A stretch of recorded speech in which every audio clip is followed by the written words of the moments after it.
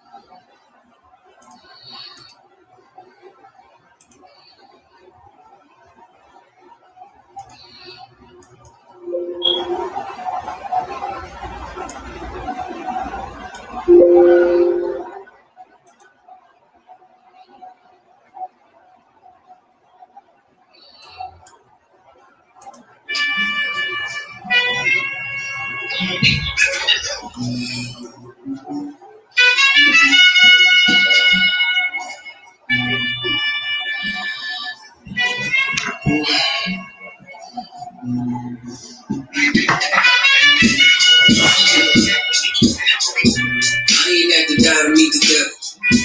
Angels fell and landed in the ghetto. The earth was given to the hands of devils. Now we seen the rise of the devil. We fell for the lies of the devil. When we got high was the devil. I looked into the eyes of the devil. I ain't had to die to meet the devil. I remember I was only 13 when I met the demon. Gave me a deuce from the bundle of cocaine. Told me to sell to my people, make sure you keep them feeling. If any try to show you, make sure that you leave him leaking. He said, I'ma hold you down when problems pop up. How you got me moving this dope? Want me a lock up? He said, don't you want the best vertical with the top up? Yeah. Stop, bitch, you get in that kitchen, let it rock up. Bitches love the dope boy, especially when it's pop up. I know you know why. Put a plug from by the block up. I'll tell you a little secret, make sure that you keep your mouth shut. Ron got a Lexus, crib in Philly and Texas. Tripping up Bahamas, just got a bit for his mama. He fucking up the commas, be honest, he seen decent though. I hear you, but I just seen Ron about a week ago. Flat, he ain't looking too good, his knees is kinda slow. I asked him why the struggle, he got stuck up for his bundle. But in 6 hours, chips in his legs would made it crumble. Bitch, he got a house and mama is living good. Said the feds took it all, he right back in the hood. I see you try to play me, you gave us crack in the 80s. Made us support our babies and making hoes out of ladies. I know you got me gravy, but Satan, you must be crazy. It's gonna take more than cars for to amaze me. I see niggas shoot for the stars, but being lazy. Never get their head at the clouds, so you don't face me. I guarantee you won't regret it. Remember I said it. No, you could damn it. What you saying? I can't win? No, devil nice try, so until we meet again. I ain't have to die to meet the devil.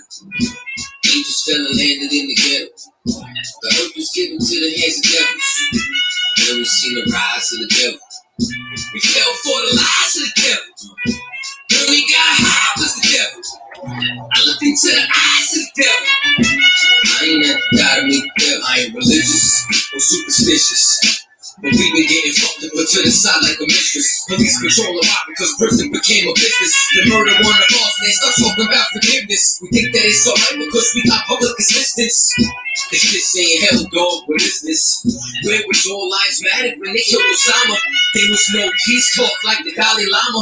Bush dropping bombs saying he gon' bring the drama. They got justice, man, they even caught the Boston bomber. But when we ride, they send the military in armor. When we fight oppression, then our people die martyr. You reap what you sow, some people call it karma. But Christ's return, y'all gon' get this harvest like the farmer. Don't tell me don't bring up the past no more. They still trying to settle the score inside Chicago. I changed my life, and I'm just trying to live life right. But at night I look behind me and see flashing lights, patting me down. You got nothing that's poking me right. I don't smoke or push pills, I gave up my vice. So Mr. Officer, why you wanna take my life? And your honor, why you gave a homeboy's life? I've been wondering, why you shot a homeboy twice? Pussy with a gun screaming out that he got a knife. He came from my baby's spot, it was chicken and rice. Shit's straight, I'm just giving visuals like Skype. Ash Trayvon, Mike Brown, the Hot Girlie, Eric Garner, Sean Bell, Philando Open, Sterling, Jabbar McDonald. The white man is so devilish. Ask Hammurabi, he'll tell you who the devil is. The white man is so devilish. Ask Hammurabi, he'll tell you who the devil is. I ain't have to die to meet the devil. Angels fell and landed in the ghetto. The earth was given to the hands of devils.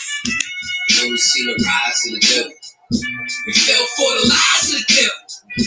When we got high was the devil. I looked into the eyes of the devil. I I ain't have to die to meet the devil. I ain't have to die to meet the devil. Angels fell and landed in the ghetto. The earth was given to the hands of devils. And we seen the rise of the devil. I pray for the demise of the devil. Lord knows I despise every devil. I looked into the eyes of the devil. He said, I pray to die every devil.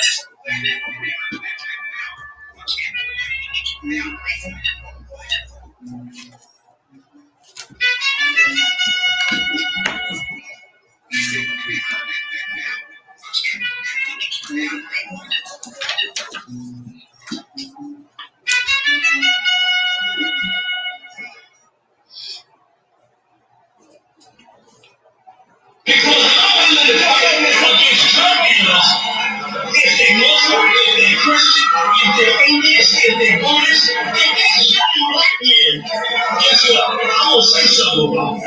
Because you know what? Just like you ain't gonna like your boy said, it ain't gonna happen. Guess what? I'm not letting nobody sell me drugs without me saying that.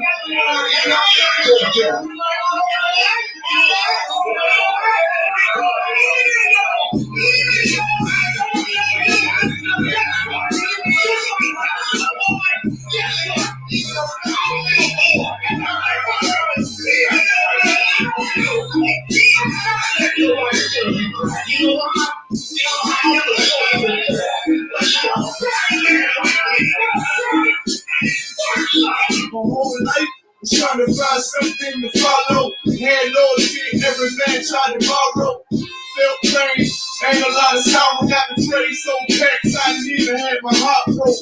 Nigga confused, about to lose hope. Cops got me on the side of the road like a sideshow. Need an antidote before I throw. Now I'm setting fire and living man blues, but it's the top smoke. Running with no cause, trying to find direction. The world got me vexed. Picked up a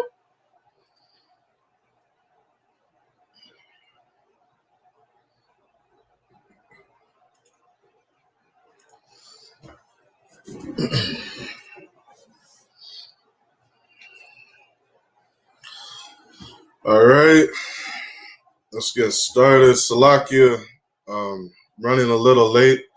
We got a lot of good articles. All right, shalom, shalom. Yahweh Shem Yashabrak to all the brothers. Yahweh Shemar Lathon Bashim Yashai to all the sisters. Police Officer 50 under Commanding General YAHANNA. And we are the Israelite School of Universal Practical Knowledge. All right, the school was established in 1969. It started out at 1 West 125th Street, Harlem, New York. All right. Tonight is Tuesday's night brotherhood class. Every Tuesday in the I.S.U.P.K school, we teach Blacks, Hispanics, and Native Indians brotherhood. We teach them brotherhood and sisterhood. How to come together, how to treat each other, how to deal with each other according to the Bible, how to deal with each other according to God, the Most High, Yahweh, in the Hebrew. All right, that's Tuesday's night brotherhood class. Again, I want to say I apologize, Salakia, for my lateness. I got some really good articles that brothers and sisters in Canada need to know about. All right, and I wanted to make sure I had some of those articles in order to try to get you the best information on the articles that our people need. All right, so if you haven't heard before, there's something called the 1960s Scoop. All right. In Canada, lately on the news, we've been hearing about what's been going on with these residential schools. Some of the atrocities that happened to our Native Indian brothers and sisters, their families. And in the Israelite School of Universal Practical Knowledge, we understand that Native Indians are the children of God. You are from the tribe of Gad or from the tribe of Reuben. You understand? We've done the history, we've done the research. We understand where we descend from, where we come from, the man that we descend from, the lineage that we come from, the genealogy. All right? And there was a time before Native Indians lived in North America where they were living in Israel. There was a time when the Northern Kingdom and the Southern Kingdom were together, where we were united. when we came out of Egypt, the land of Egypt, we came out of that land a great nation. When we were living in Egypt, we multiplied. The children of Israel multiplied, we grew, we became a big nation. And when we came out of Egypt, we were looking to live in a land flowing with milk and honey. We were looking to live in Jerusalem, in Israel, where the Most High would dwell with us and bless our land. Bless out everything that we touched, everything that we do. But the only way to achieve that blessing was to keep the commandments of the Most High. This is the covenant that he made with the children of Israel. If we would obey him, we would be blessed. If we wouldn't listen to him, we would be cursed. And you see us living out today our curses. You can read about that in the book of Deuteronomy chapter 28. Salakia, the book of Deuteronomy chapter 28. And in that book, you can read about the curses that would befall Israel if they chose to disobey. And if you're Black, Hispanic, or Native Indian, it's not an uncommon thing to understand that we've been living in hell for over 400 years. We've been living in hell for over 400 years on this land of North and South Central America. We live in every ghetto, barrio, and reservation. All right, those reservations, the reason Native Indians are living in reservations is because that is where your oppressor put you to die. The oppressor kicked you off of good land. The oppressor put you in bad parts of the land on North America for you to go and die. And he took everything that was good for himself. All right, so we're going to get into that a bit, but like I was saying, it's not an uncommon thing to understand that we're living in hell. A lot of our communities, we have broken families, broken homes, drug abuse, alcohol abuse, growing up in the correctional facilities, our youth growing up in correctional facilities, and then continuing on in correctional facilities as we become adults, not being able to get jobs because of our records, not being able to live without the oppression, not being able to live without all the headaches and all the hardships that come from living in North and South Central America. All right, you see our people struggling all over, and you got to understand that we are an oppressed people. We are people who have been captive for over 400 years. All right, so this article that we're going to get into today, it's shedding light on the 1960s scoop. It's very similar to what happened in residential schools. And as people are starting to hear more about residential schools, it's important to also shed light on everything else going on in our community. All right, so let's dive right into this article. We're going to start off about reading about this child welfare system in Canada. And specifically, this article is talking about the child welfare system in Manitoba. All right, so I'm going to share my screen.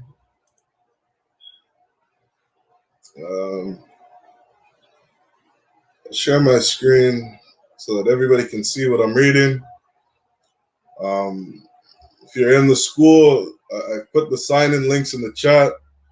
Make sure to sign in. If there's anything wrong with any of the links, just hit a 1 in the chat. Just let me know that there's something wrong with the links. All right. If you're not in the school, make sure you're signing in too.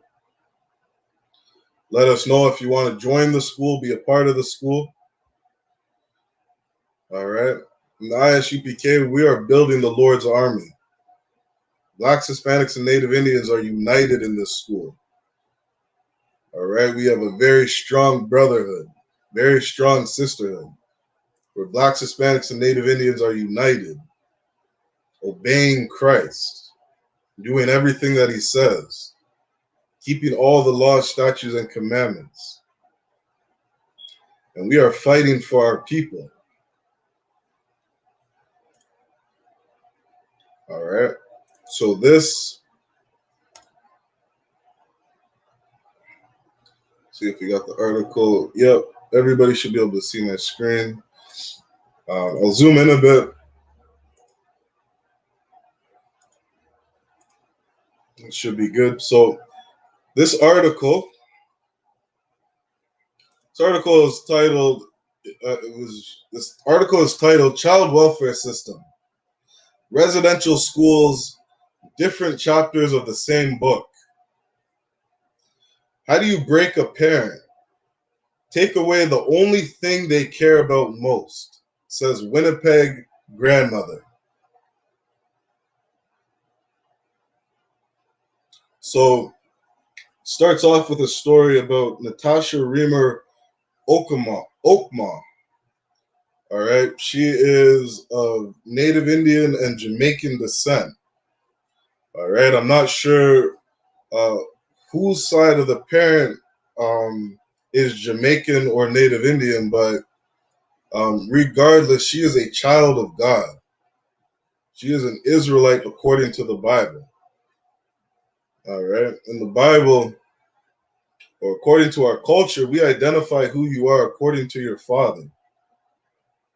All right, so if her father is a so-called Jamaican, she would descend from Benjamin.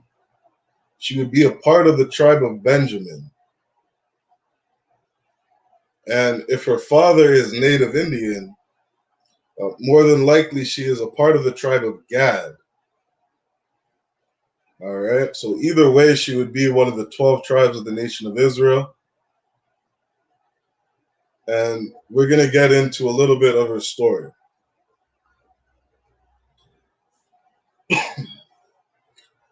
So it reads, when Natasha Raymer thinks about the children buried on the sites of Canada's former residential schools, she thinks about government systems that continue to separate Indigenous children from their families. I didn't even know I was Indigenous until I was in my 20s, she said.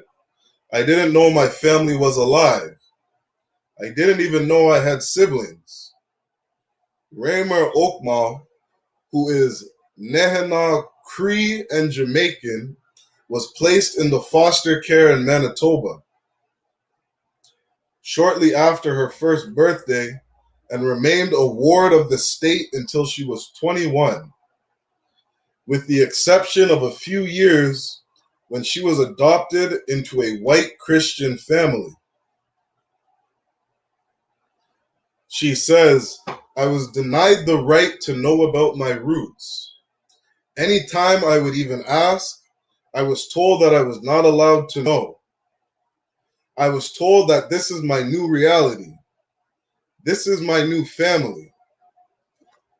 Always in the words of acting in my best interest, she said. Now, this is a verse for this sister and for every Black, Hispanic, and Native Indian man who has lost their identity. This is Jeremiah chapter 17 and verse 4. And thou, even thyself, shalt discontinue from thine heritage that I gave thee. The Most High divided the nations. The Most High created men and women. The Most High divided the lands. The Most High created culture, diversity, separation, segregation. The Most High did this. All right. And there was a time in history when the nation of Israel was created.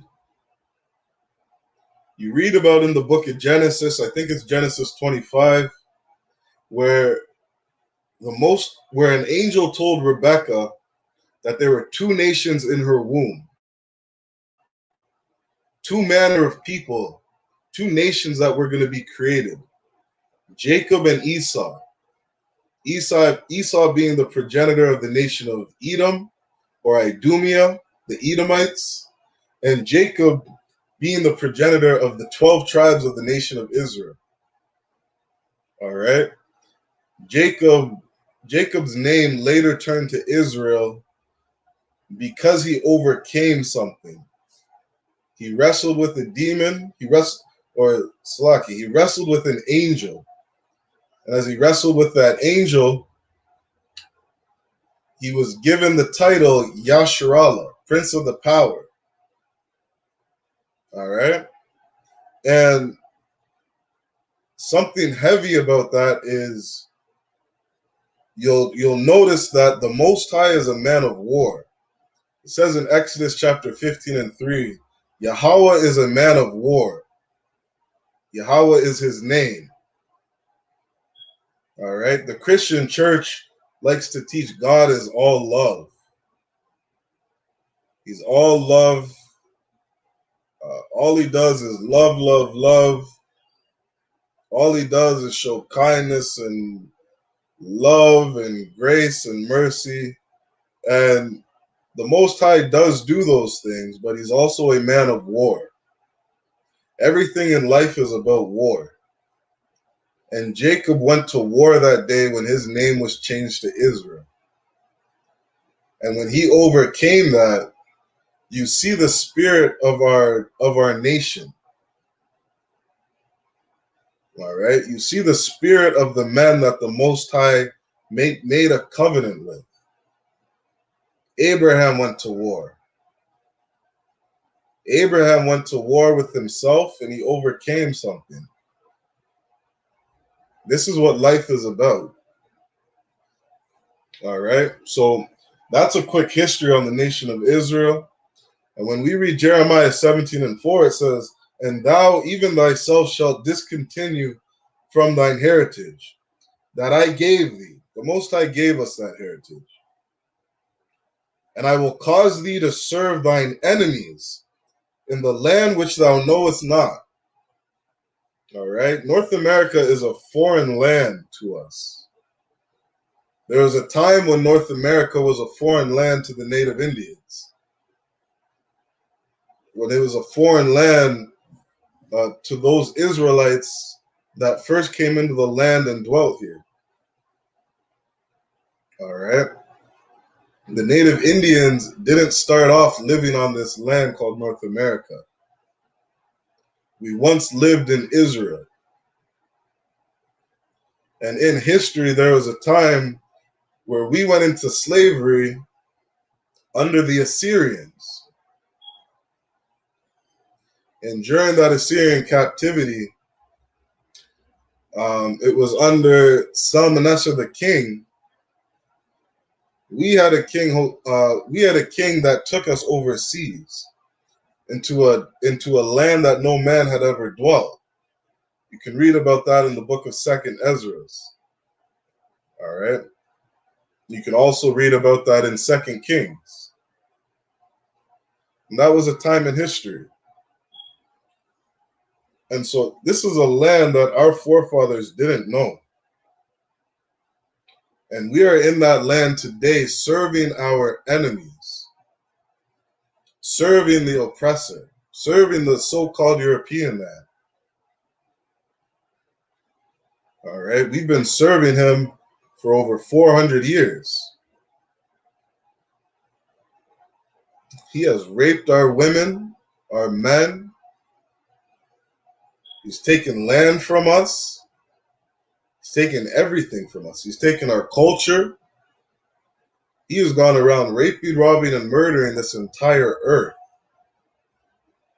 And today he is oppressing us. And it reads, "For ye have kindled a fire in mine anger, which shall burn forever." And the reason we've discontinued from our heritage, the reason this sister doesn't know who she is because our forefathers disobeyed the Most High. Our forefathers broke the covenant with the Most High. And because we disobeyed, the Most High put curses on us. This is why we walk around and we don't know who we are today, calling ourselves Jamaican, meaning land of wood and water, calling ourselves Native Indians or Indigenous, children of slaves, Haitians, Haiti meaning hell, Puerto Ricans meaning rich port. We go around today with no knowledge of self. People going around calling themselves black, a color, calling themselves Negro. We don't know who we are. And this is why we have to come back to the covenant. Why we have to come back to obeying the laws, statutes, and commandments of the Most High. This article goes on to read, but my best interest was to be connected to my community, to not have everything stripped away from me. Advocates are calling attention to a system of family separation. They say is not unlike residential schools, one that continues to this day and continues to harm indigenous families, they say. So now, if you've been following some of the stories on residential schools, we understand what they tried to do to our Native Indian brothers and sisters, our Gadite brothers and sisters. They put them in these residential schools, in these boarding schools, to try to eliminate their culture, eliminate their heritage, so that they would have no knowledge of self, so that they would take on a new identity and assimilate into this society, take on the customs and the culture of the European. Now, if you grew up in Canada under their school systems, Canada was teaching that the Native Indians were savages, that they were somehow inhumane or less than, and that they needed to be taught on how to live, which is such a fairy tale to teach to kids. It's such a lie from Satan himself, such a lie from the devil himself. And that's exactly who they are. They are the devil the Bible speaks of. They speak lies. They speak with a forked tongue. They speak smooth words, things that sound nice, that sound good. Yet they're full of deceit. They're full of evil. They're full of wickedness. And we see the fruits of those people. They taught us that the Native Indians were savages. Meanwhile, the Native Indians were teaching them on how to live on this land, how to cultivate the land, how to grow food and fend for themselves. They were teaching the Europeans on how to live and nurture and take care of their communities. Our Gadite brothers and sisters were a very loving people. They are today a very loving people. And because of oppression, we go through what we go through. Now, growing up in Canada, they were teaching us these things. And this is something that unfortunately our Gadite brothers and sisters had to go through under residential schools. These residential schools attempted to strip, what does the quote say? They say, kill the Indian, kill the savage in the child. They would beat them for speaking their own language. They had sexual abuse, molestation, malnutrition. They had electric chairs in these schools. These Catholic priests and nuns did all types of abominable acts to our Gadite brothers and sisters. And under these residential schools,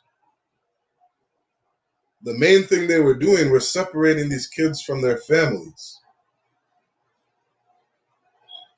So now, what is so different from the child welfare system? We're going to read more about it.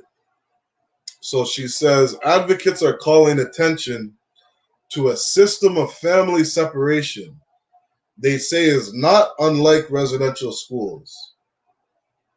And this is one that continues to this day. Child welfare is alive and well today. There's a group called Fearless R2W, a Winnipeg group that works to support families involved in the child and family services system. Says Indigenous children are vastly overrepresented, or Salakia. It says that Indigenous children are vastly overrepresented in the foster system. That's especially true for those from Winnipeg's North End, where the apprehension rate is 1 in every 6 children. 1 in every 6 children of our Gadite brothers and sisters are going into this child welfare system. Residential school, 60s Scoop, child welfare, they're all chapters of the same book, just done differently.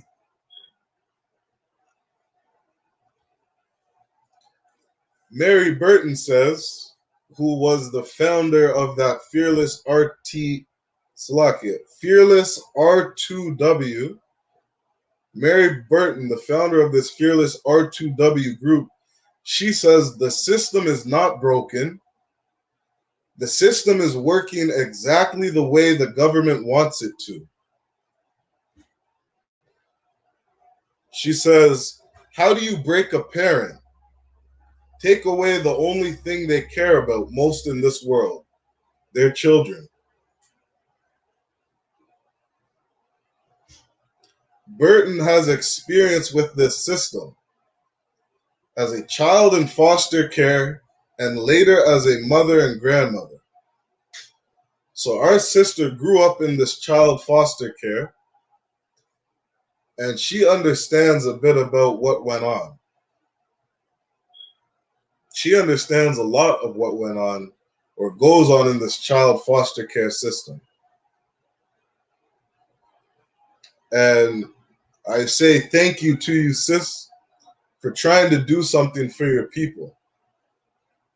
And this is what every Black, Hispanic, and Native Indian needs to do.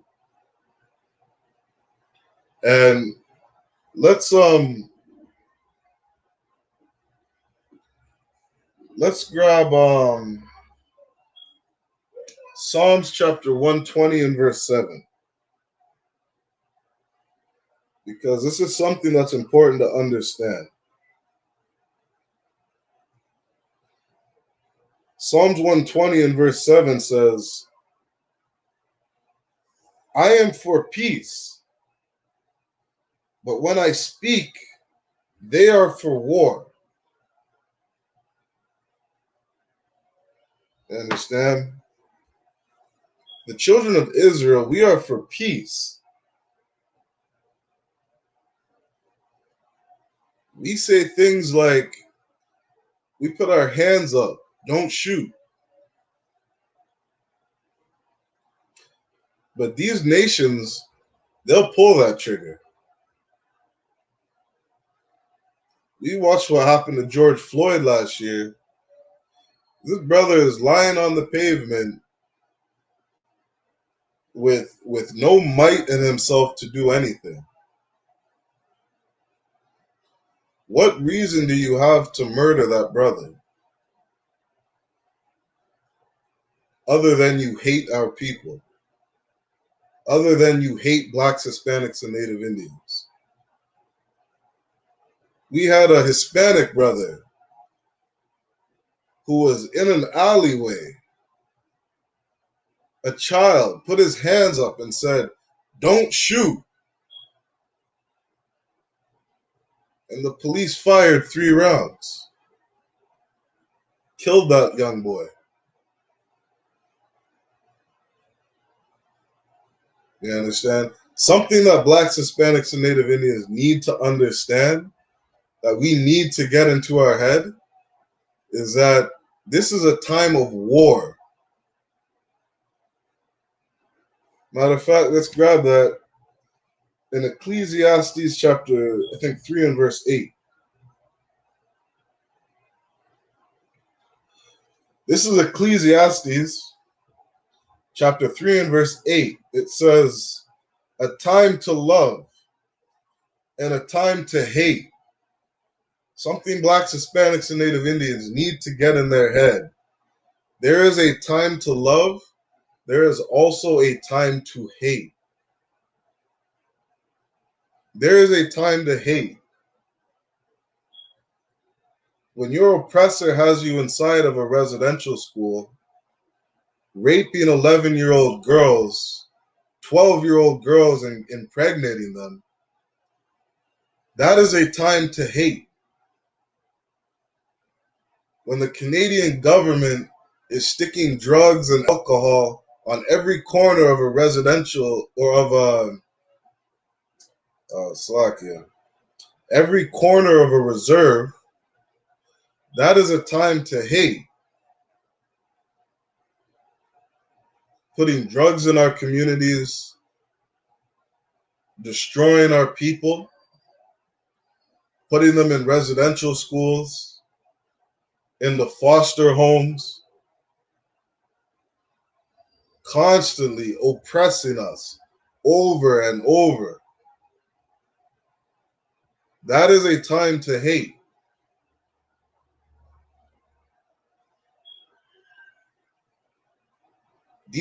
Some of these reserves, a lot of these reserves in Canada, they don't have clean drinking water. Meanwhile, everybody else in Canada is living in luxury. That is a time to hate. Hate what these people do to our people. Hate how they destroy our communities and separate our families. Hate the practices of Willie Lynch, where they try to pitch the dark-skinned man versus the light-skinned man, the man against the woman. We gotta stop self-hate. We gotta stop hating ourselves and hating the brother and sister beside us, and start hating this oppressor. There is a righteous hatred, and the Most High says there is a time to hate.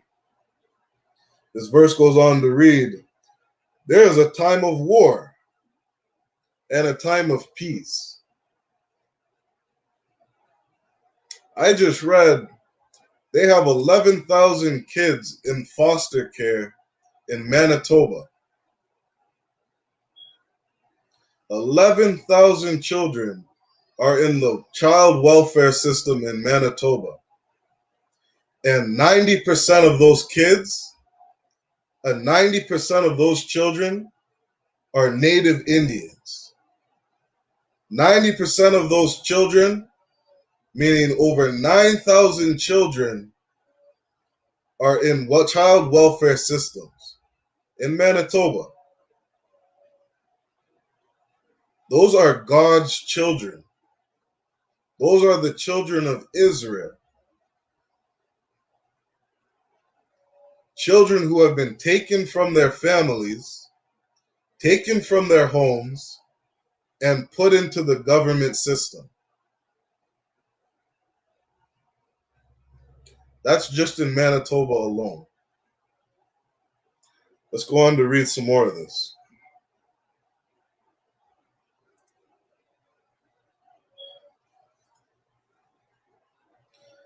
It reads, they apprehended my kids because my mom was babysitting while I was going to school to get my grades up.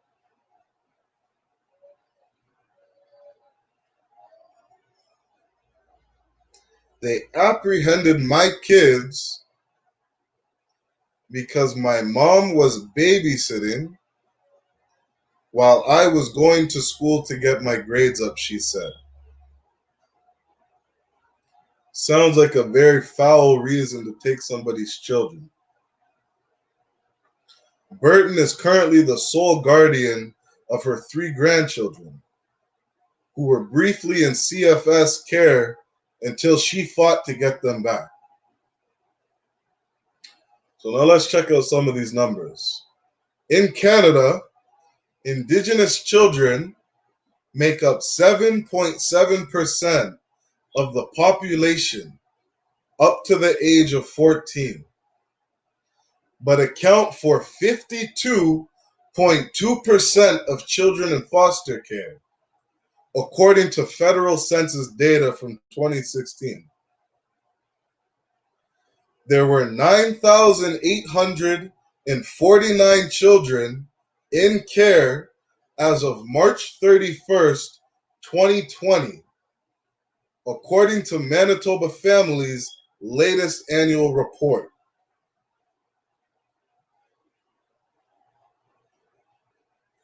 Well, now let's check out this. We'll check out this video.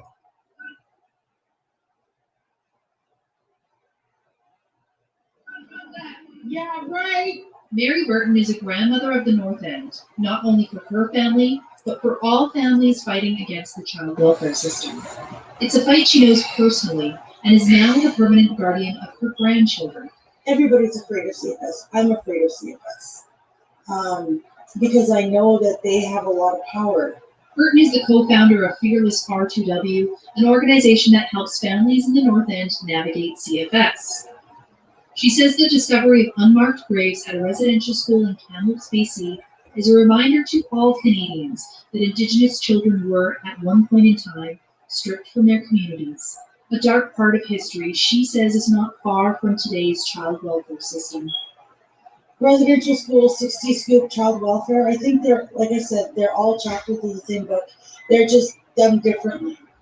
The idea behind the residential school system was to kill the Indian in the child, an idea that was entrenched in the 60s Scoop and appears today in what many call the Millennial Scoop. Indigenous families continue to be disproportionately targeted by child welfare agencies, with children being ripped from their families, stripped from their culture, and placed in foster homes. I was denied the right to know about my culture. Every time I asked about my biological roots, I was told that when you're an adult, you can find out about this. When you're older, you can find out about this. Natasha Reimer Okimau was taken into care as a child. She has since reconnected with some of her biological family, but describes life as a foster child as unstable. I felt like I was an outsider. It really impacted just how I viewed myself in the world and where I felt where I belonged. And I never really felt like I belonged in the non-Indigenous environments that I was always placed into. Mary Burton will do whatever it takes to prevent children like Natasha from being taken into the system. If I get a call, I'll go to the grocery store and I'll pull money out of my own pocket to buy them what they need, because that's helping. That's a strength-based approach. Burton says poverty is not neglect, and that institutions like Child and Family Services should do whatever it can to keep families together. Stephanie Crown, CBC News, Winnipeg.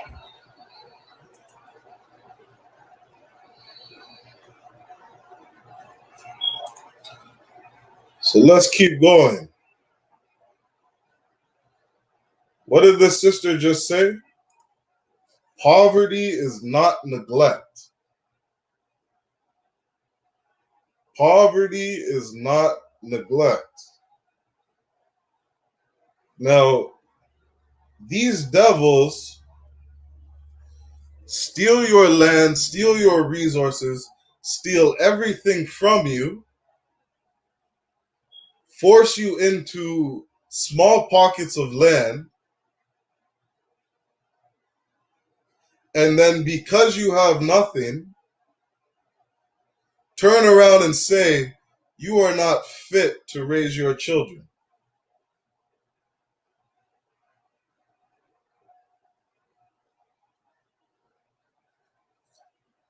This oppressor is the devil the Bible speaks of. Rather than giving some type of resources back to these native Indians, back to the indigenous people, our Gadite brothers and sisters,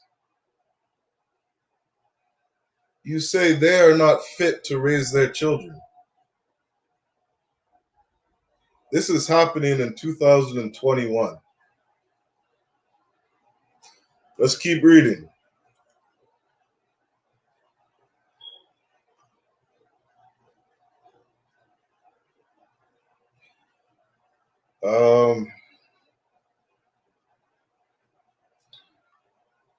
Let's go down.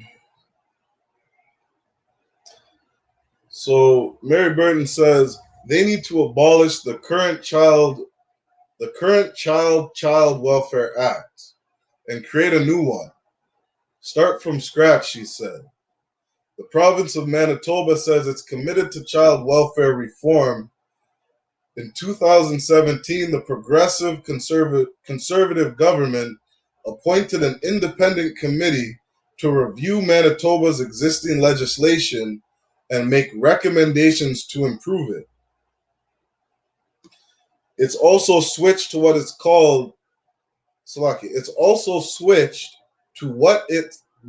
calls single envelope funding or block funding of CFS authorities instead of making per child payments.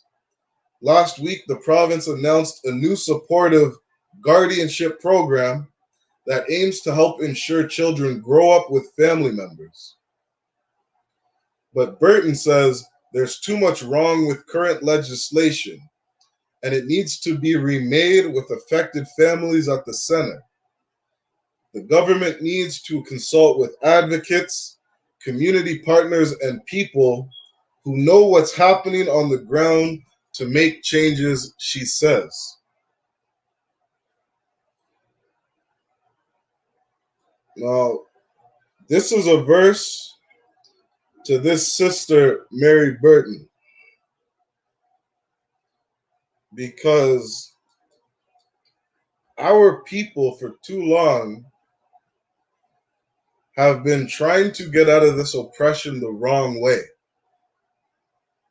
If you look at our history, what is it that we have done that has worked for us?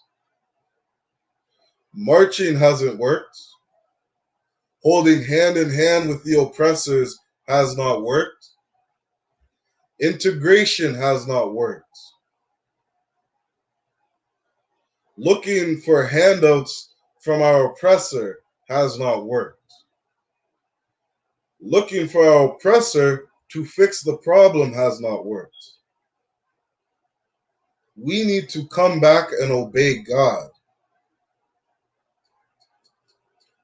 We're going to go to the book of Lamentations, chapter 4 and verse 17, and it says, "As for us, our eyes as yet failed for our vain help. We have been looking, just like this sister is looking, for help."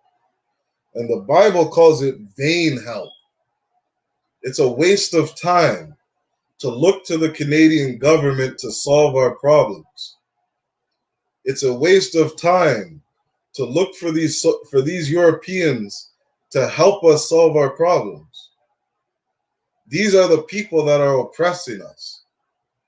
The Bible calls them our enemies, the people that hate us. There are people that hate the children of Israel. There are people that hate the children of God. And looking to them for help is vanity. It is a waste of time. The scripture goes on to read, "In our watching, we have watched for a nation that could not save us." The Bible has the wisdom and knowledge and understanding for us to get out of this oppression.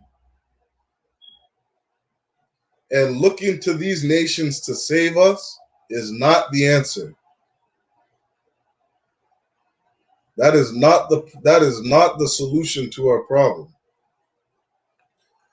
She says creating policy and create procedures and create a new act. That is not going to help. These people hate you. These people are at war with you. They are at war with us. And in the I.S.U.P.K, we are building the Lord's army. We are looking for men who are warriors, who will stand up and obey the Most High. Men who will stand up and fight for their brothers, fight for their sisters, their wives, their children, fight for their nation. The I.S.U.P.K is looking for soldiers, for warriors, men who aren't cowards, men who are fearless, who will obey the Most High in everything.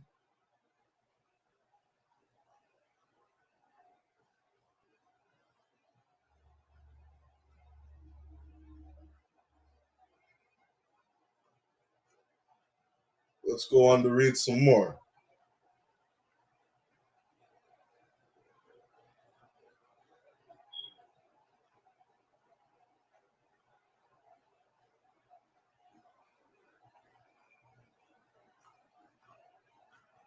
So we'll end there on that article. And I'll get into some scriptures. We still got some more articles. Because as I was looking up and reading a bit about this child welfare system, not only are these children being taken from their homes, from their families because of poverty, but one of the issues they have in the Native Indian community is drug abuse. Now, in the Israelite School of Universal and Practical Knowledge, we have the tools, the wisdom, the knowledge, and understanding to fix all the issues in our community. And let's prove that today. So let's run down a couple scriptures, a couple verses, because we have to understand that Christianity has not solved the problem of our issues. Our spiritual leaders have not solved the problem for the issues in our communities. The Muslim mosque has not solved the issues for the problems in our communities. Look at history and look at what's going on in 2021. Black men and women are being shot in the street. Hispanic men and women are being shot in the street. El Salvador just had, if I have the number wrong, forgive me, El Salvador just had some 150 bodies gone missing. 50 of those bodies were just found in a police officer's yard. I don't know if it was his front yard or his backyard. This is what's going on with the children of Israel. Brazil just had some massacre from raids from police, killing innocent men and women in the name of fighting some drug war, fighting drugs that the so-called white man is sticking in our communities, that these oppressive devils continue to use to oppress us and keep us down.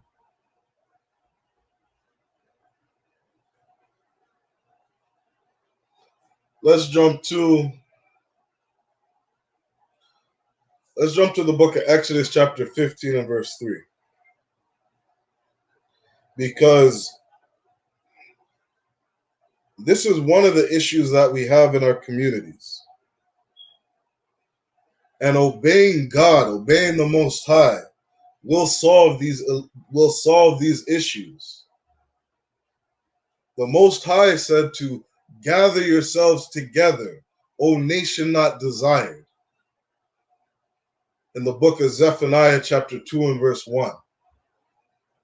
Blacks, Hispanics, and Native Indians are the nation that is not desired. And we need to gather ourselves together, to unite, to join together in unity, to stand up and obey God no matter what.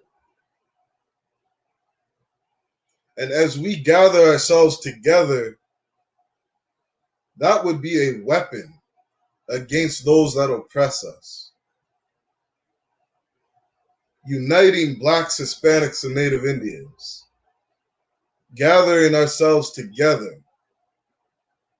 Being righteous brothers and sisters who treat each other well. Gathering ourselves together and fixing our families. Fixing the family structure. Raising our kids properly. Not raising our kids to join some gang violence or to be a part of some gang culture.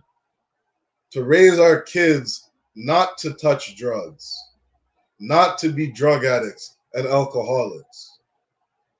To raise our kids not to be addicted to cigarettes, celebrating Christmas, Thanksgiving, and Easter, assimilating into this oppressor's culture.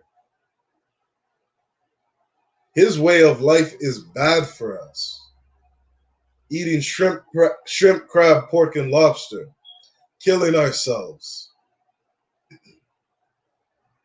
abusing our bodies. We got to throw away this European man's culture. It is a bad way of life for us.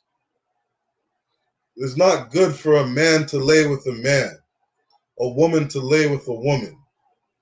These things are abominable. These things are disgusting. And these things are destroying our communities.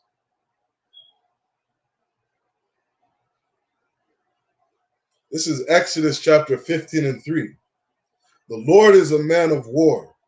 The Lord is his name. The Most High is about war. The Most High is not about all love, love, love. The Most High is a man of war.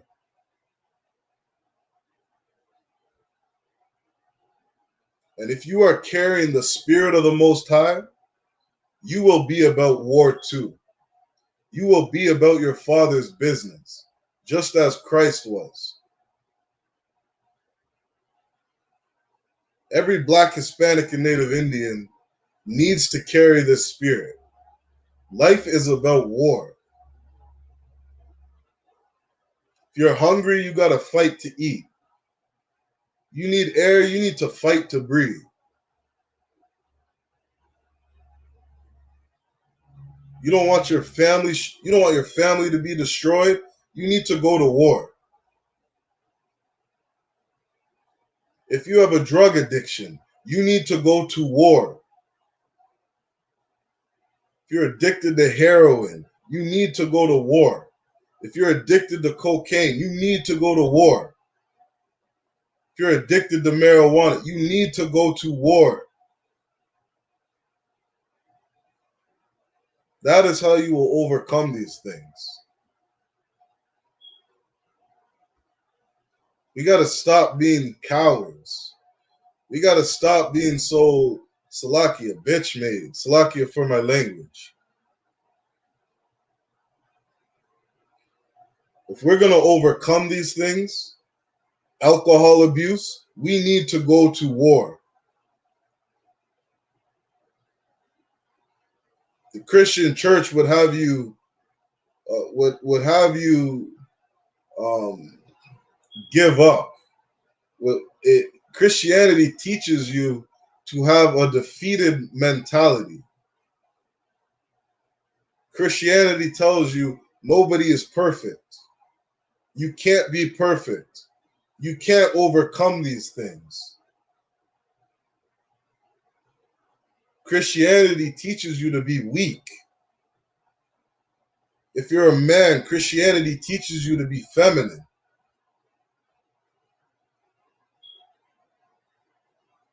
The men of old, they were warriors.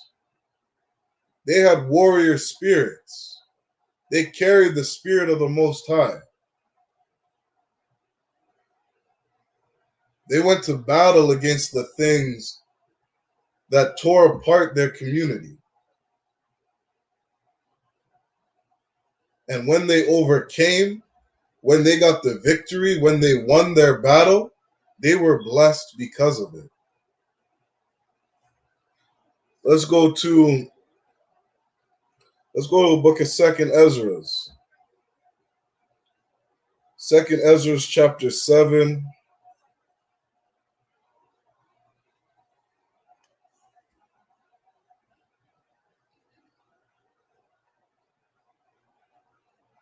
Second Ezra 7, and we'll start at verse 56. 56, 57.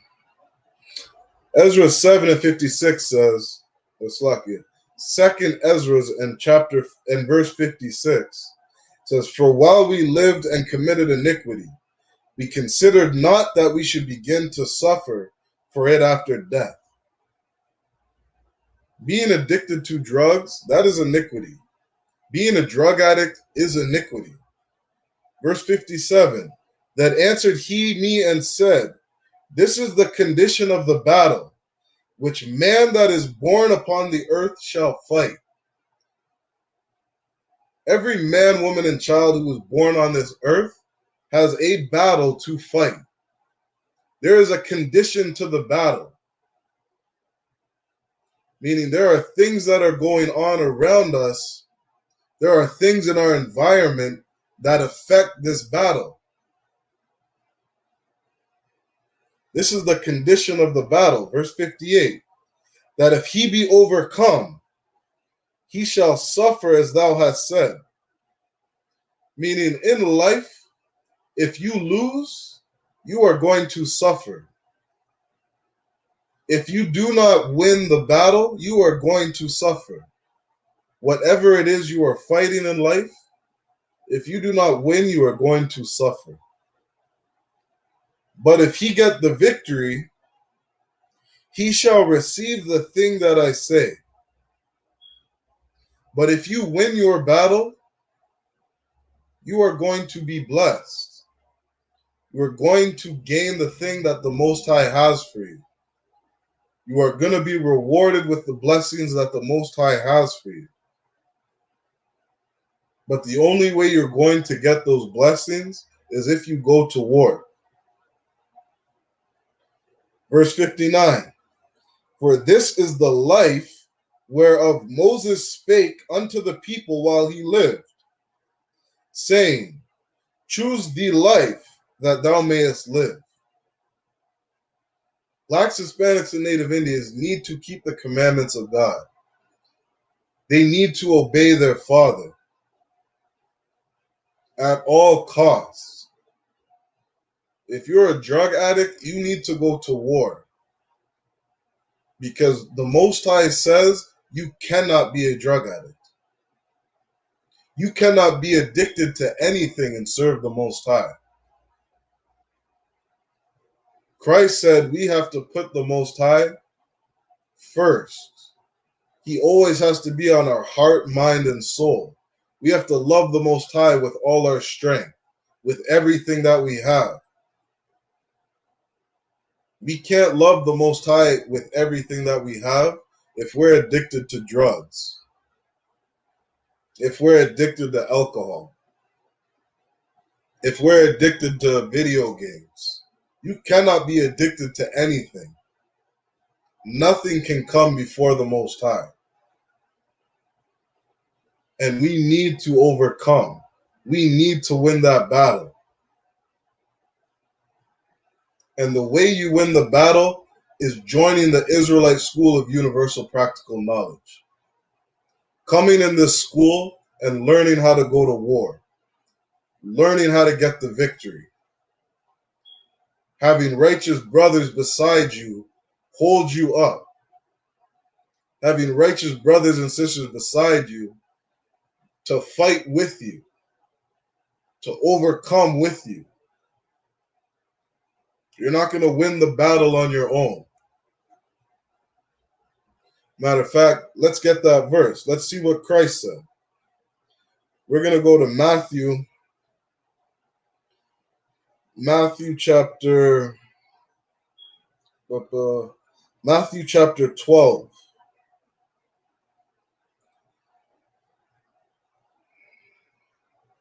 Matthew chapter 12, and we'll start at verse 43. This is what Christ said. When the unclean spirit is gone out of a man, meaning if you are on your own, fighting your demons on your own, fighting your addictions on your own, this is what Christ had to say. When the unclean spirit is gone out of a man, he walketh through dry places, seeking rest and finding none.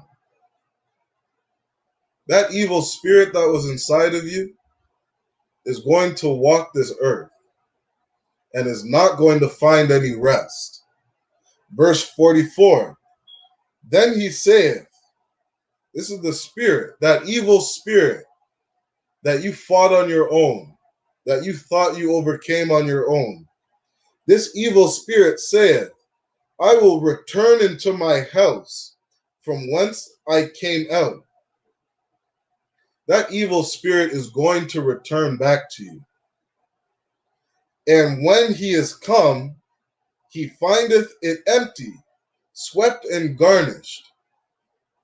When you got rid of that evil spirit, when you cleaned out that house, when you cleaned out your body, your temple, that evil spirit is going to return. And when he returns, he is going to find an empty house. Verse 45, then goeth he and taketh with himself 7 other spirits, more wicked than himself, and they enter in and dwell there. You remove that spirit on your own, you are going to have 7 more evil spirits than that spirit, 7 greater spirits than that last one enter into your body, and they are going to dwell there. And the last state of that man is worse than the first. This is what Christ said. And if you've seen any drug addict fight his demons on his own, what do? You quit for a week, you quit for 2 weeks, you quit for 3 days, you quit for 2 months. And what do you do when you return back to that drug?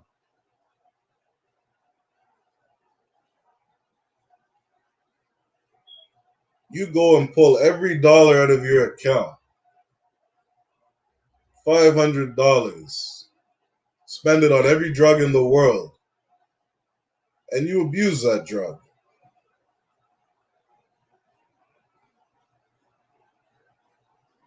You abuse that drug, and while you're sniffing that cocaine, you're buying a 40-ounce bottle of rum, and you destroy yourself. Because you don't know how to go to war on your own. You don't know how to go to war without Christ. You don't know how to go to war without the Israelite school of universal practical knowledge. You need your brothers to go to war. You need counsel from wise men of the Lord. You need to listen to what the prophets say, the men of God. That is the only way you will overcome those demons. All right, let's drop that. Let's go to 1 Corinthians chapter 10. 1 Corinthians chapter 10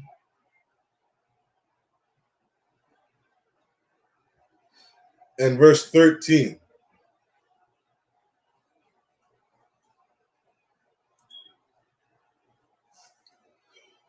First Corinthians chapter 10 and verse 13 says, There hath no temptation taken you, but such as is common to man. But God is faithful, who will not suffer you to be tempted above that you are able. Blacks, Hispanics, and Native Indians need to understand that the Most High is not going to put something in front of you that you cannot overcome. There is not a battle that you cannot win. There is no temptation that is too great that you cannot overcome. What is the job of Satan? Satan goes to and fro the earth. Satan goes around the entire earth, testing the children of Israel, reporting back to the Most High,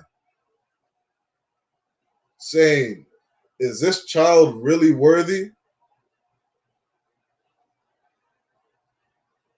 Is this black man worthy? Is this Native Indian man worthy? This Hispanic man worthy? Look at the temptation that was put in front of him. Look at the test. Look at the test that was put in front of him.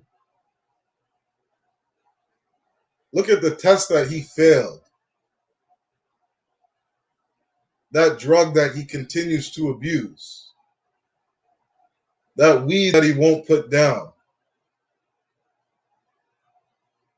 He is laughing at you because of how weak you are. He is laughing at your weakness. Because that test you are able to overcome.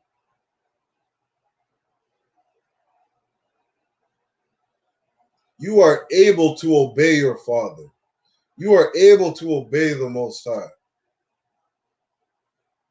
The Most High wouldn't tell you to do something that you couldn't do. Your Christian pastor took this Bible and butchered it. This Christian pastor picked up the Bible and taught you lies. Taught you you couldn't be perfect. Taught you that you couldn't obey the Most High. The Most High said, don't eat pork. And a Christian will sit there and say, well, it's too hard not to eat pork. Satan is laughing at you. A Christian will say, it's too hard to put down the weed. I'm too weak. I'm too soft. This drug addiction is too hard for me to overcome. I'm too weak. I'm too soft. Satan is laughing at you.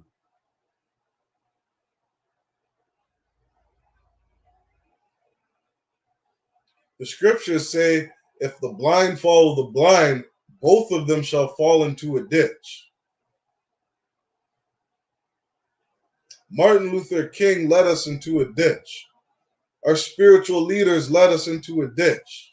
Malcolm X led us into a ditch.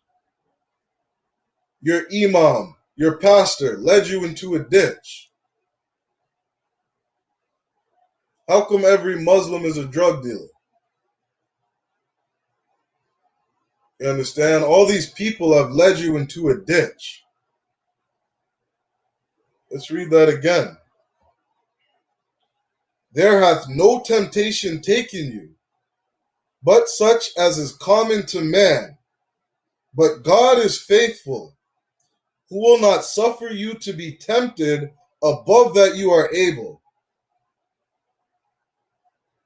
Satan is laughing at you. Satan is laughing at your weakness. Your oppressor is taking your kids, putting them into foster care in the name of your drug addiction. Satan is laughing at you. These oppressors are destroying you. His way of life is destroying you. You got to stand up and go to war.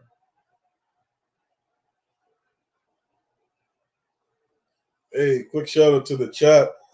Shalom Zabadia, Officer Zabadia, Yabba Shimon Shabbat Water for tuning in, Ottawa.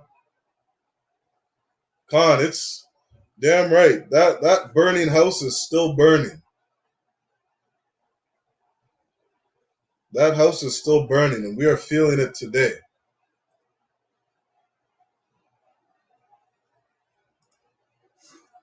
Right? We gotta go to war with these drug addictions. Let's drop that. Let's go to Ecclesiasticus 38 and verse 4.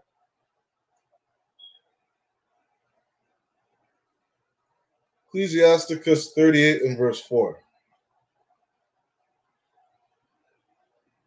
The Bible has the answers to overcome drug addiction.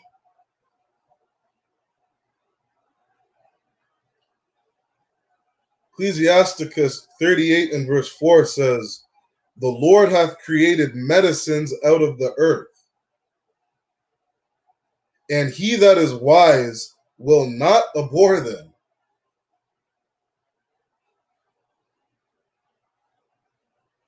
You Native Indian brothers and sisters who are losing your kids to foster care because of drug addiction, the Most High is saying, a wise man will not abhor medicine. Opioids is medicine. Opioids aren't meant to be crushed up and sniffed up your nose. Marijuana isn't meant for you to smoke all day. This is medicine. This is what the Most High created it for. Everything the Most High created has a purpose. Everything the Most High created has a purpose. Medicine has a purpose. Its purpose is to heal you.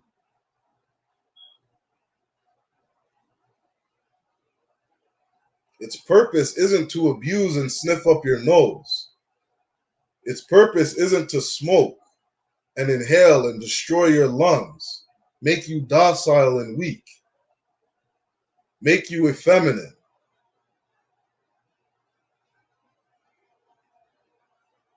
The Bible has an answer to overcome drug addiction, but you have to be ready to go to war. You have to gather yourselves with other righteous men and women. Gather yourselves together under Commanding General YAHANNA in the I.S.U.P.K. and learn how to fight those demons.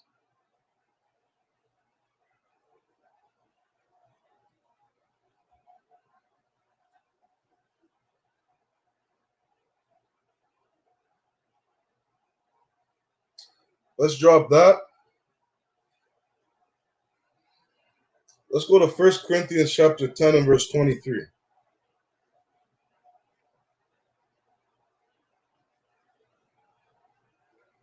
1 Corinthians chapter 10.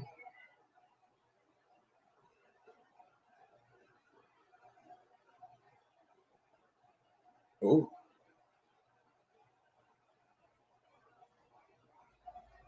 Slovakia. Give me a second to find that verse.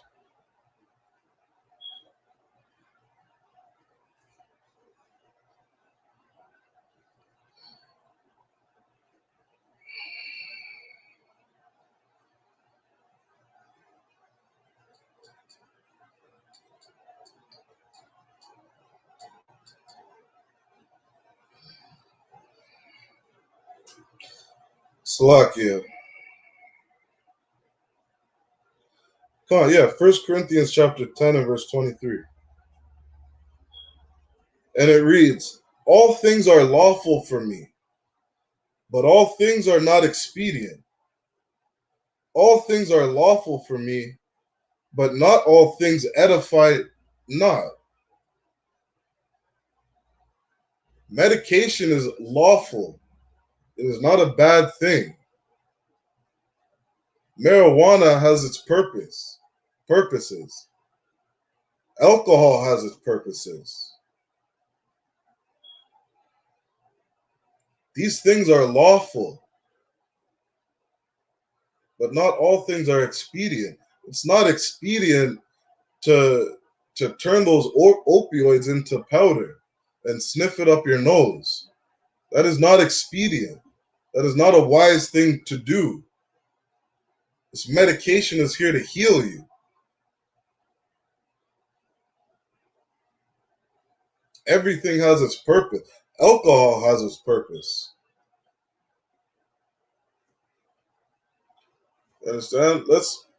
What's the purpose of alcohol? Let's look that up.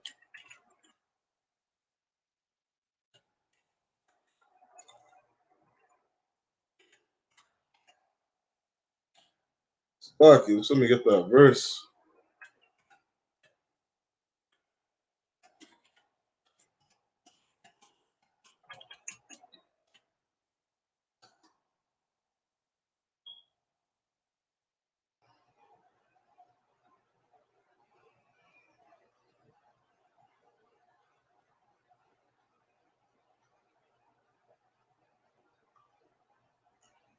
Oh, Slacky, where's that verse?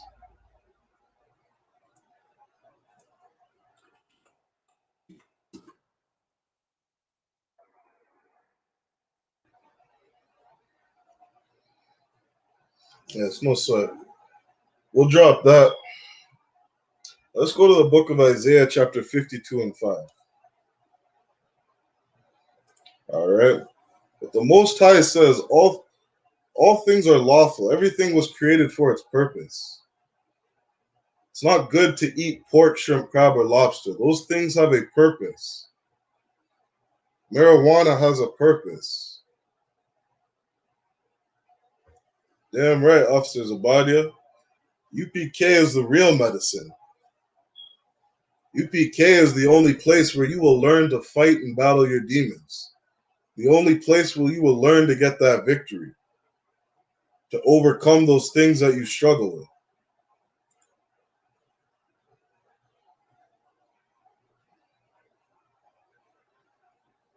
All right. Let's go to Isaiah. Let's drop that. We'll go to Isaiah chapter 52.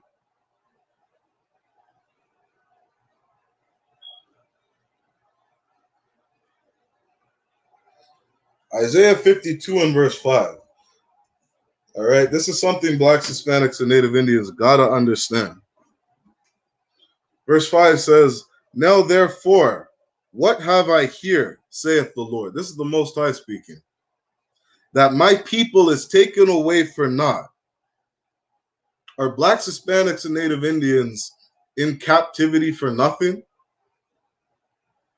Are we over here in North and South Central America for nothing? Being oppressed from these colonizers for nothing? Being destroyed from these people for nothing? This is a rhetorical question that the Most High is asking. He says, "They that rule over them make them to howl." There are people that rule over us.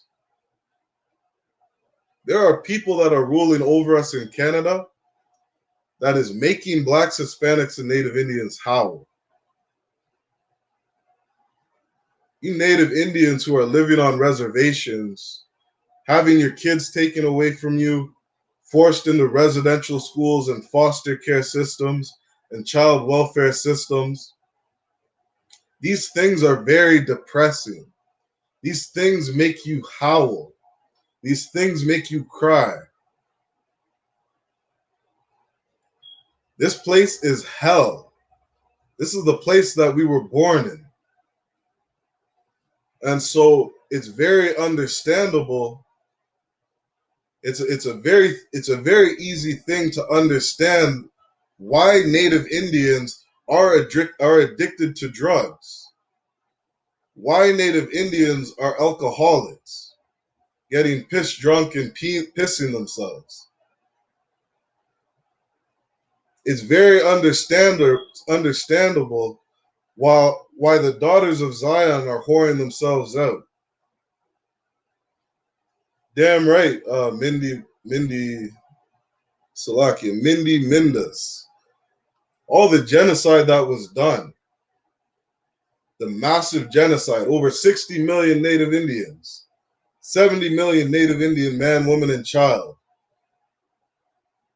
Mass genocide from smallpox and murder, rape, robbing, murdering, and pillaging every goddamn thing that they saw.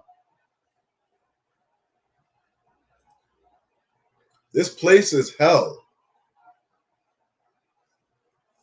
Right? Isaiah 52:5 says, Now therefore, what have I here, saith the Lord, that my people is taken away for nothing.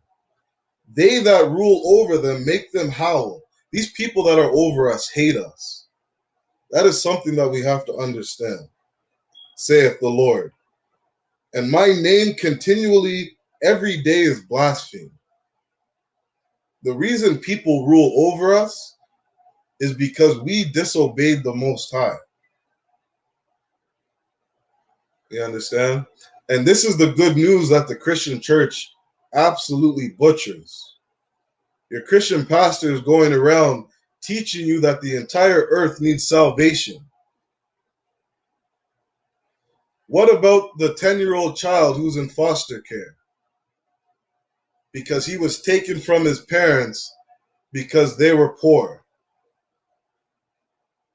That child needs saving. That child needs some good news. That Hispanic man living in the barrio, he needs some good news. That black man living in the ghetto, that woman living in that roach-infested house, they need some good news. And this is the good news that the Most High has for us. That we would be saved from our enemies, saved from those that hate us, saved from those who oppress us. Verse 7 says, How beautiful upon the mountains are the feet of him that bringeth good tidings, that publisheth peace, and bringeth good tidings of good, that publisheth salvation, that saith unto Zion, Thy God reigneth. Salvation is for you, Black, Hispanic, and Native Indian man. Salvation from all this oppression that goes on. The children of Israel are living in hell. And the only way we're getting out of this is when we learn to go to war. When we learn to overcome our flesh. Just as King David did. King David slept with another man's wife. And then King David took that man and put him in the front lines of war, in the front lines of battle to be killed. Right? Let's get that verse. Let's go to Psalms chapter 73. Psalm 73 and verse 26.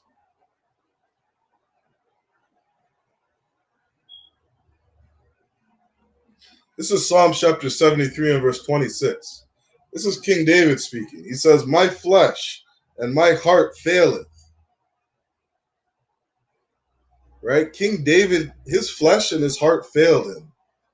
His mind, he gave in to that temptation. He slept with another man's wife. You understand? He says, But God is the strength of my heart and my portion forever. But what did King David do? King David repented. He turned from his sin and obeyed the Most High. Your Christian pastor isn't going to tell you to turn from your sin. Your Christian pastor is going to say, stay as you are. Come as you are, stay as you are. It's too hard of a thing to put down those drugs.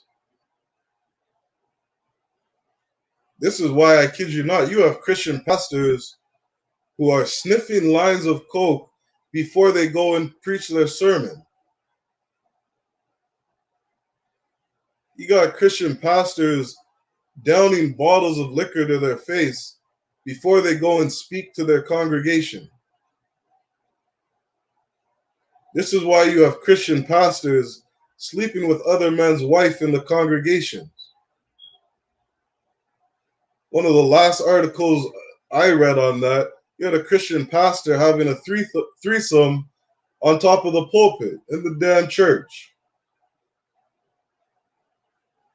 Your Christian leader is going to lead you into a ditch, into a burning house.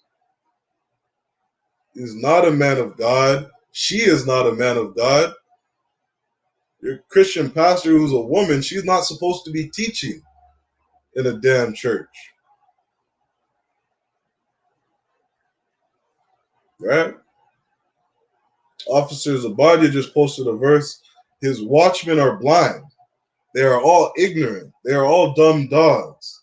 They cannot bark, sleeping, lying down, loving to slumber. Right? Our leaders are just filling their pockets with money, dancing for their oppressor, teaching the children of Israel every damn lie that their oppressor wants them to teach them. And this is what our oppressor has been doing for damn near over 400 years. Killing the Indian and the child. Stripping the Negro and black man from their culture, from their language. Not allowing them to read their history book, the Bible. In the residential schools, you got Catholic priests and Catholic nuns pretending to be people who speak on the Most High's behalf. How confusing is that for our Native Indian brothers and sisters? Having a Catholic priest molest you while saying God loves everybody.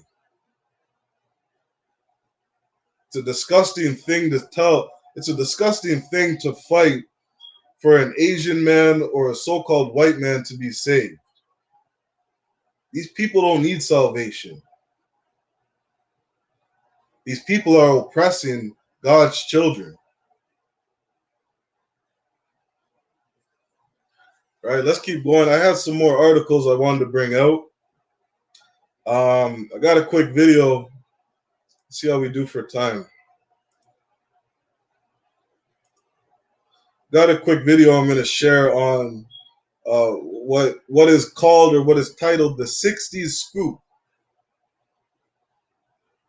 All right, some powerful information.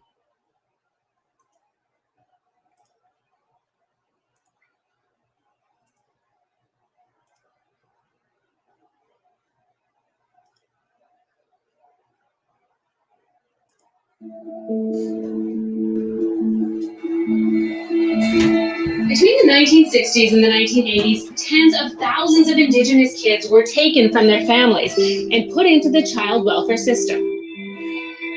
It's known as the Sixties Scoop, and its effects are still being felt today. The practice of taking kids out of indigenous communities goes back as long as Canada has been a country. First, there was the residential school system. The goal there was to assimilate indigenous kids, and as one bureaucrat said, solve Canada's Indian problem.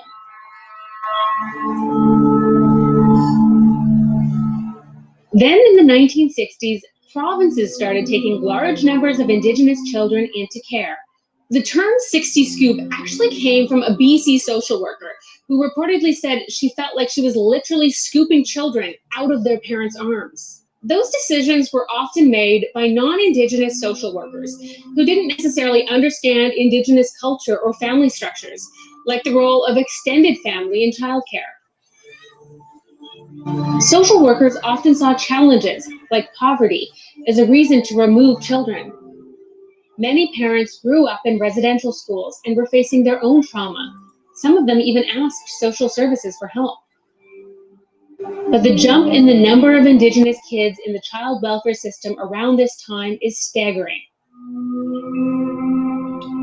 In BC, for example, First Nations children made up less than 1% of all kids in foster care in the early 1950s. A decade later, that number was 34%, and a similar spike happened in other provinces.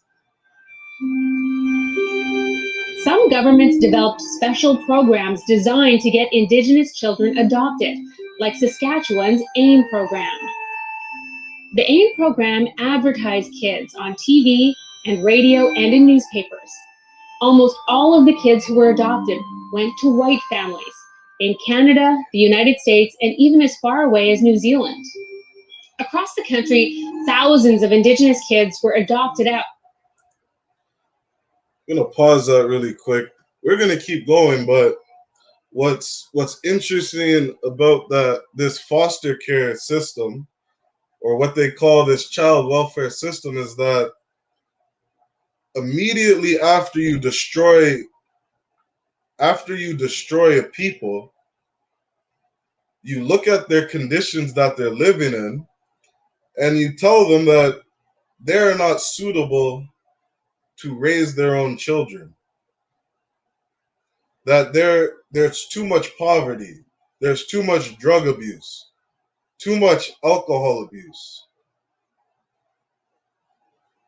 And you go on to take these children, put them in a foster care system, and conveniently, most of these children who find foster care parents are all European. They're all European or Christian. And you sent these kids all over America, all over Canada. In the video, it says you sent them as far as New Zealand.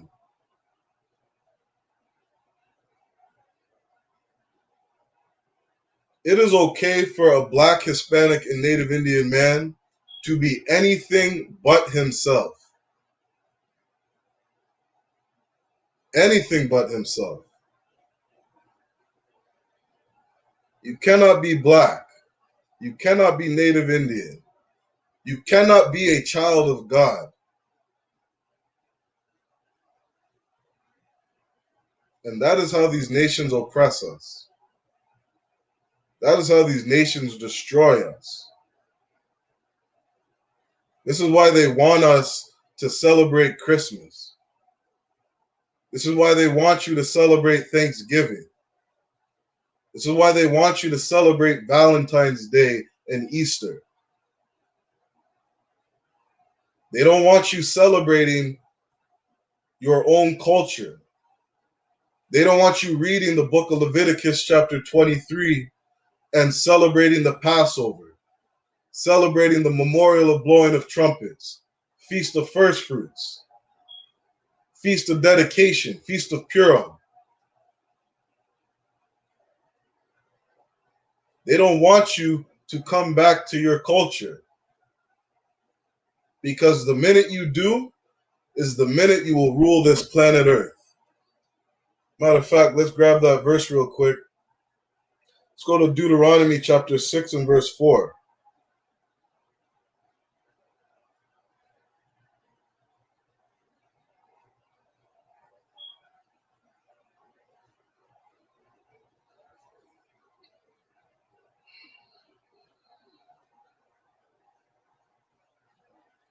Oh, Salakia. We'll go to Deuteronomy.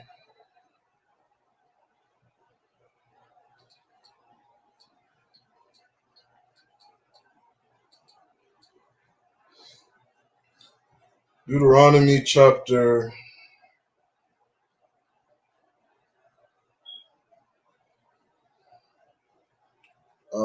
Deuteronomy 14 and verse 2.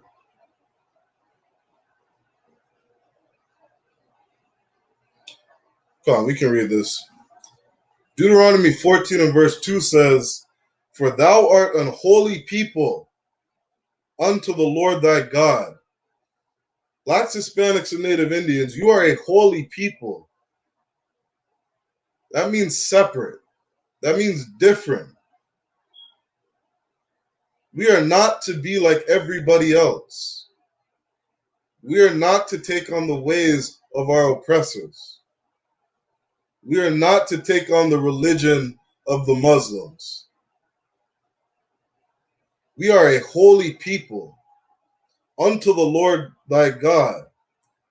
And the Lord hath chosen thee to be a peculiar people unto himself,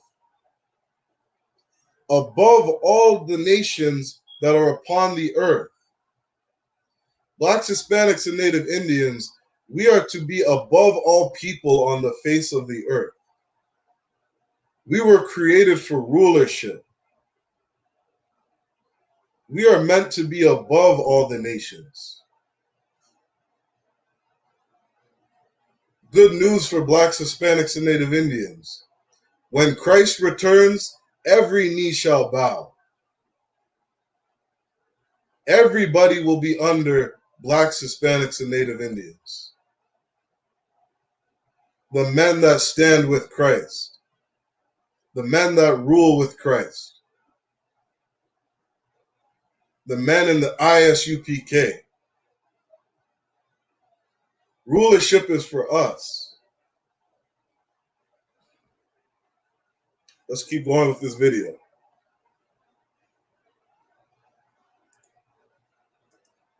Out. But to this day, the government says it still doesn't know exactly how many. Many of these adoptions didn't work out.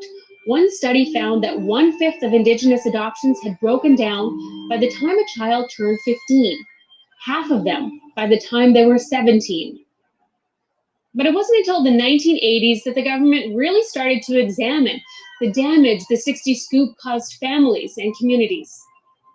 In an influential 1985 report, a Manitoba judge said cultural genocide has taken place in a systematic, routine manner.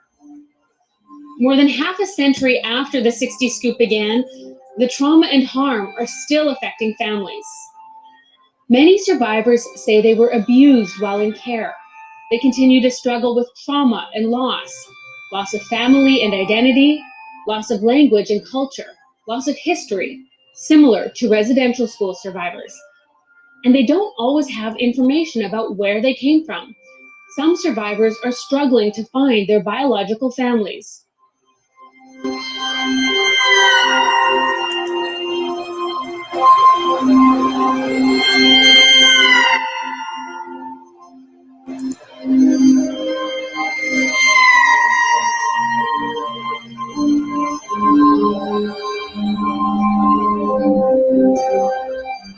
The government has agreed to compensate survivors, but that doesn't include everyone who was affected. And while the era of the 60s Scoop is long over, the removal of Indigenous children continues.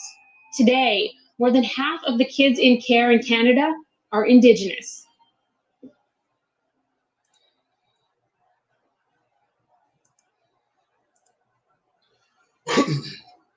All right, that's it on that video. Mindy Mindas, I will definitely check that video out. Shalom, sis Yah Shemalathan Ba'Shem Yahushai. That means in the Hebrew, peace be with you, sister.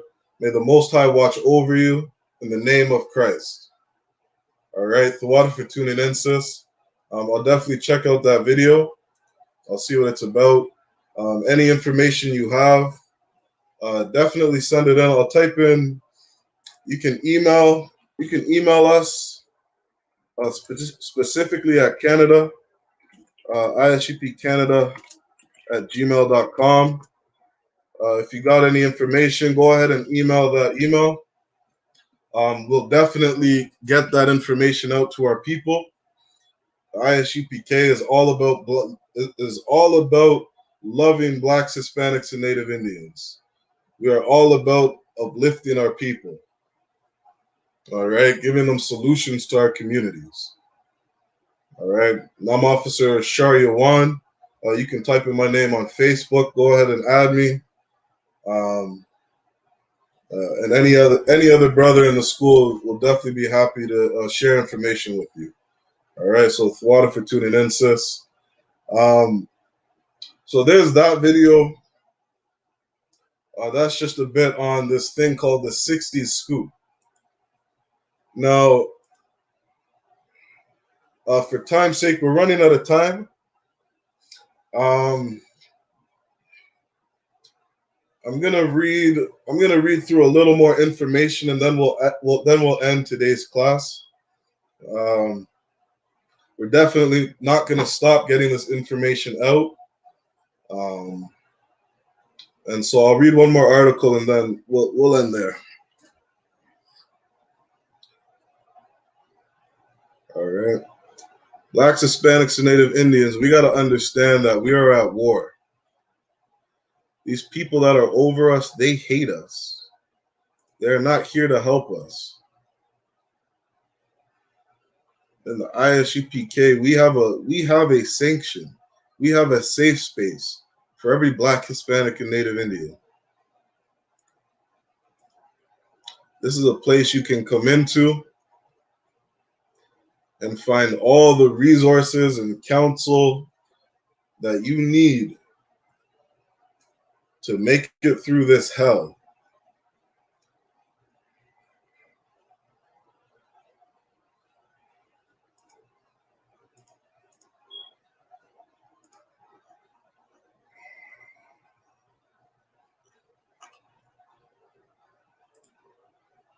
All right, we'll just read these. We'll read these two quick things, and then we'll end there. All right, so this is a man named Duncan Campbell Scott. In 1910, Duncan Scott, a high-level Indian affairs agent, in a letter to British Columbia Indian agent General Major D. McKay, in response to Peter Bryce's 1909 report, states, so this is Duncan Campbell's report. This is in 1910. He says, "It is readily acknowledged that Indian children lose their natural resistance to illness by habituating so closely in the residential schools, and that they die at a much higher rate than in their villages." So this man is acknowledging that when they're coming to the residential schools, that they are habituating resistance to illness. They're losing their resistance, and they're dying at a much higher rate than in their own villages.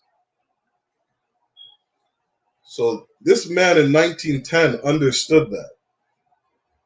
Let me remind you, the last residential school in Canada closed in 1969. I believe that was in Brantford, Ontario.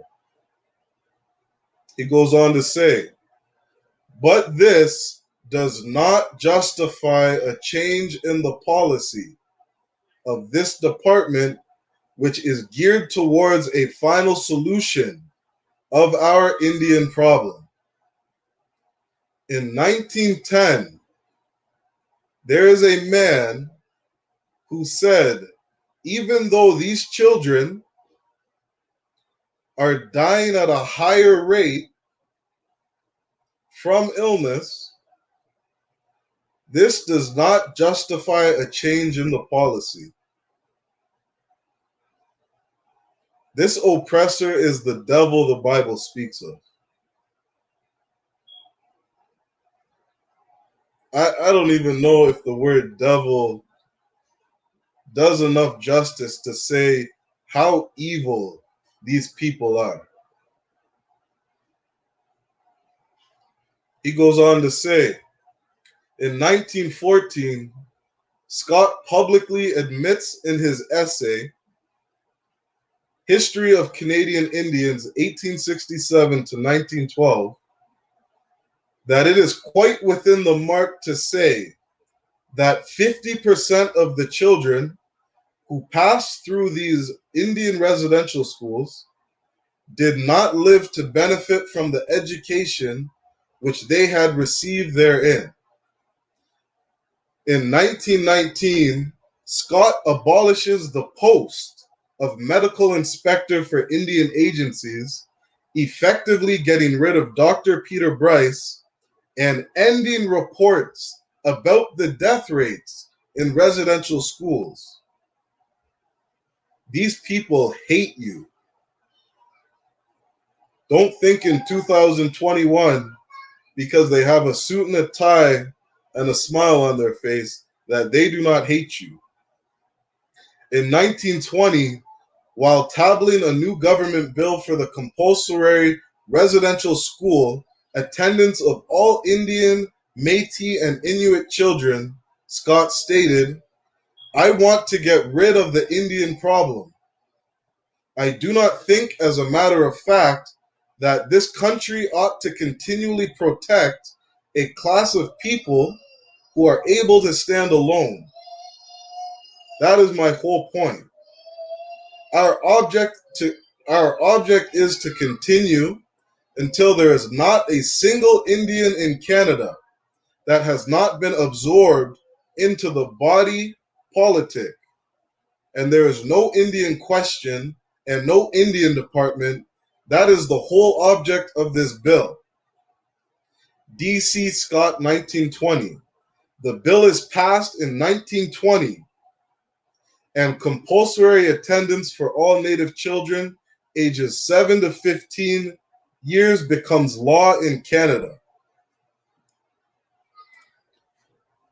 We're not done there. We'll read this last statement from Adolf Hitler. Adolf Hitler's interest in the American Wild West. Hitler liked to draw an example of mass murder from American history. He viewed the fighting between cowboys and Indians in racial terms. In many of his speeches, he referred with admiration to the victory of the white race in settling the American continent and driving out the inferior peoples, the Indians. He was very interested in the way the Indian population had rapidly declined due to epidemics and starvation when the United States government forced them to live on reservations. Reservations is where the United States sent Indians to die. Don't ever forget that. He recognized the American government's forced migrations of the Indians over great distances to barren reservation land as a deliberate policy of extermination. You're living on a reservation today. That is where the United States sent you to exterminate you. And that is where some of you are living today. Hitler's concept of concentration camps, as well as the practicality, let me read that again. Hitler's concept of concentration camps, as well as the practicality of genocide, owed much, as he himself claimed, to his studies of British and North American history. And for the Indians in the Wild West, he often praised to his inner circle the efficiency of America's extermination by starvation and uneven combat of the red savages who could not be tamed by captivity.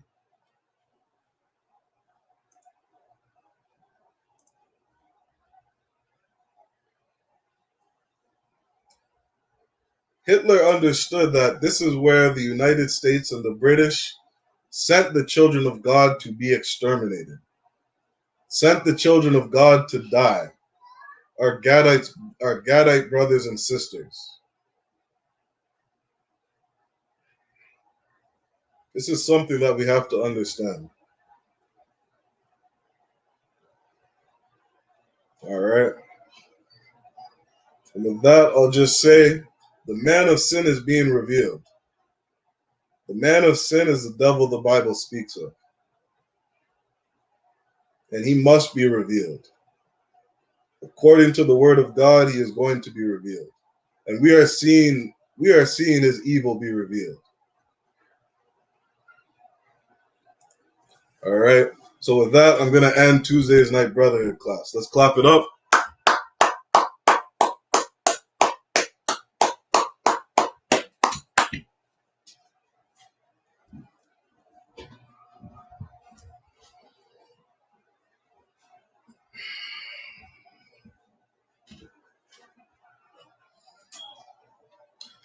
All right, we're going to give the I.S.U.P.K security announcements. We are the I.S.U.P.K, started out of 1 West 125th Street, Harlem, New York. Rule for new brothers and sisters: when a new brother or sister comes into the school, they are off limits for 6 months. They are to be saluted only. They are here to shed themselves of the world. If they need transportation, the teacher will arrange it. After 6 months, if a brother or sister has an interest in a particular person, he or she must get permission from the head to speak to a brother or sister. There is another 6 months in which the brother and sister will court each other. After this 6-month period, the brother and sister will get permission from the head to marry. Tithes, which is a commandment.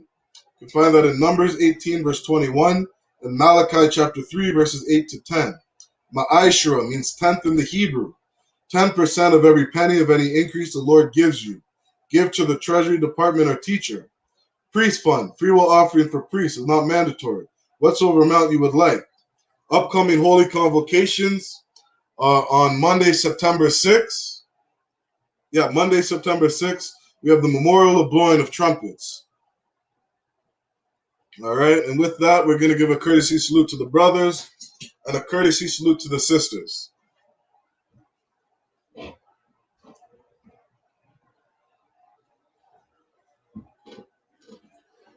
Men of Israel, I.M.A.J.M, which means stand.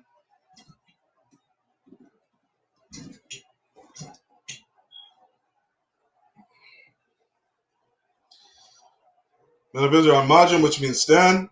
Men of Israel, I.M.A.J.M Shabbat. I.M.A.J.M, Barak. Yahweh Shem Yahshai Barakatham, to all the brothers. Yad Yamatah, which means hands down. We're going to give a courtesy salute to the sisters. Men of Israel, I.M.A.J.M Shabbat. I.M.A.J.M, Barak. Yahweh Shamar Alathan Bashim Yahshai. Yad Yamatah. Class dismissed.